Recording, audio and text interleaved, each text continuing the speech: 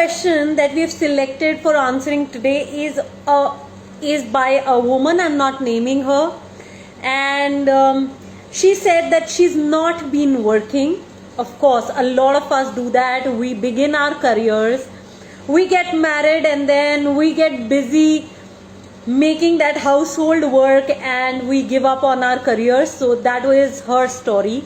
She gave up on her work, she built her household, and then now she's hit a point where she has moved ahead with her divorce proceedings. So she's saying that I have never managed money ever, I have not even worked, and the divorce proceedings have now begun, and how should I start working on my money life? How should I proceed further financially? Well, first of all, I want to say, hey you, if you're listening, and I'm sure you're listening, thank you so much for sending in this question. A lot of us, a lot of women, men are going through divorce, especially women, and they hire a lawyer, and the lawyer asks them to identify how much alimony they must be charging, how much alimony they must be demanding. So what I would say, even before hiring a lawyer, every woman needs to get financially educated, because it will give her clarity on how much money she would need in the future. Especially women who've been dependent on their husband, and now all of a sudden there is a situation. So congratulations. First step, you've asked this question, and this informs me that you're committed to making your money life work. You're not willing to just sit there worrying, but you're committed to doing something about it. So step number one is to identify how much money you will need post divorce, right? Like for how long you will be living easily. According to World Health Organization, most women are living till the age of 85. That's the minimum life expectancy for women, while for men it is 79. So what you need to get is, from here on, right now, to going up till 85, right? This time period, you need to ask yourself, how much money I will need in this time. Look at, like, the most basic thing you can do is look at how much money do you need right now. Yeah, how much money do you need right now to manage your finances, to manage your expenses. So you need to multiply that. Say you're spending 1 lakh rupees per month, I'm just giving you a scenario. Then you need to multiply 1 lakh by 12, and say if you are 40 years old right now, then you got to multiply it with another 45 years. So 1 lakh into 12 into 45, to come to that, okay, this is the approximate money in today's value that you would need for an entire life. Or if you don't want to calculate it till 45, calculate it till the time that you will be dependent on this money. Imagine, okay, any business you start, any new career you build, it is easily going to take you 3 years to 5 years to build that skill, to build mastery.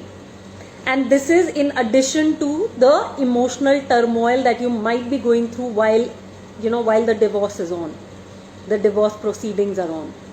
So it is critical that if not 45 years, you're looking at least the next 5 years, 7 years, for which you will need this money.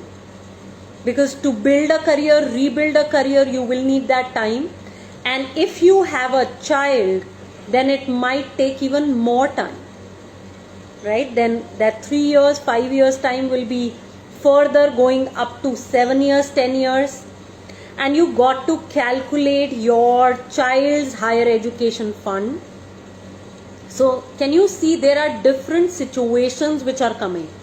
The goals are changing. If you're alone, then the goal is, can I have this amount work for me till I become financially independent?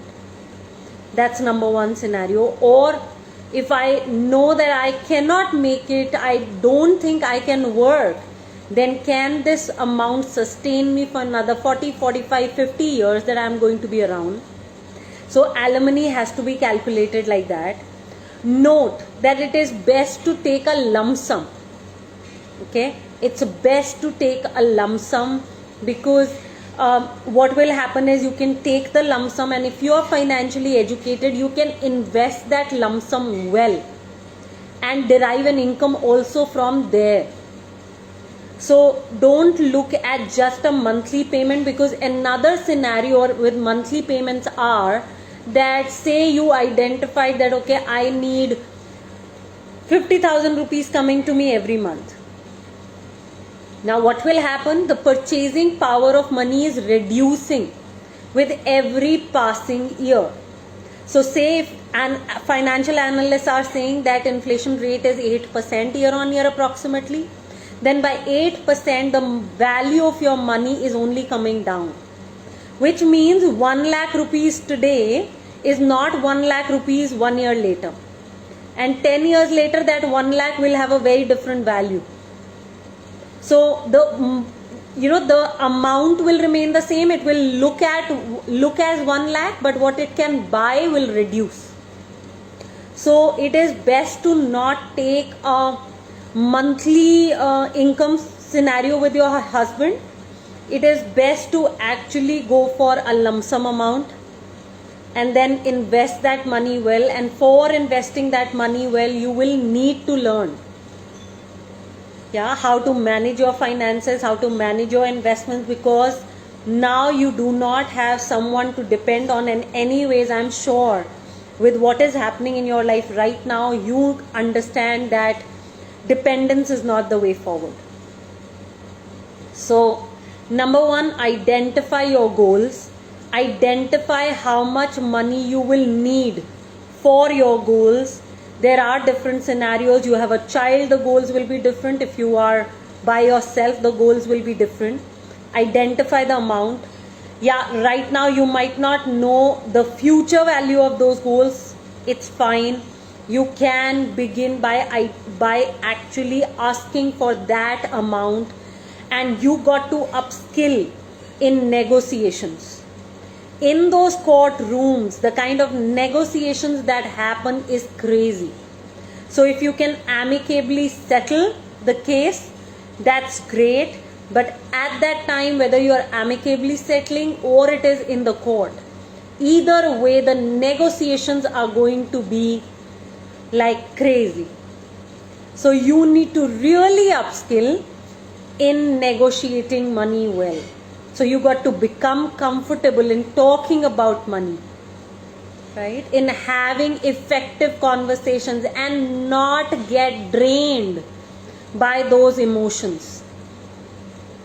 I have seen a lot of women going through divorce. A lot of them are in our Women on Wealth community, and what completely kind of takes them in is this emotion handling, which doesn't happen, and then we tend to just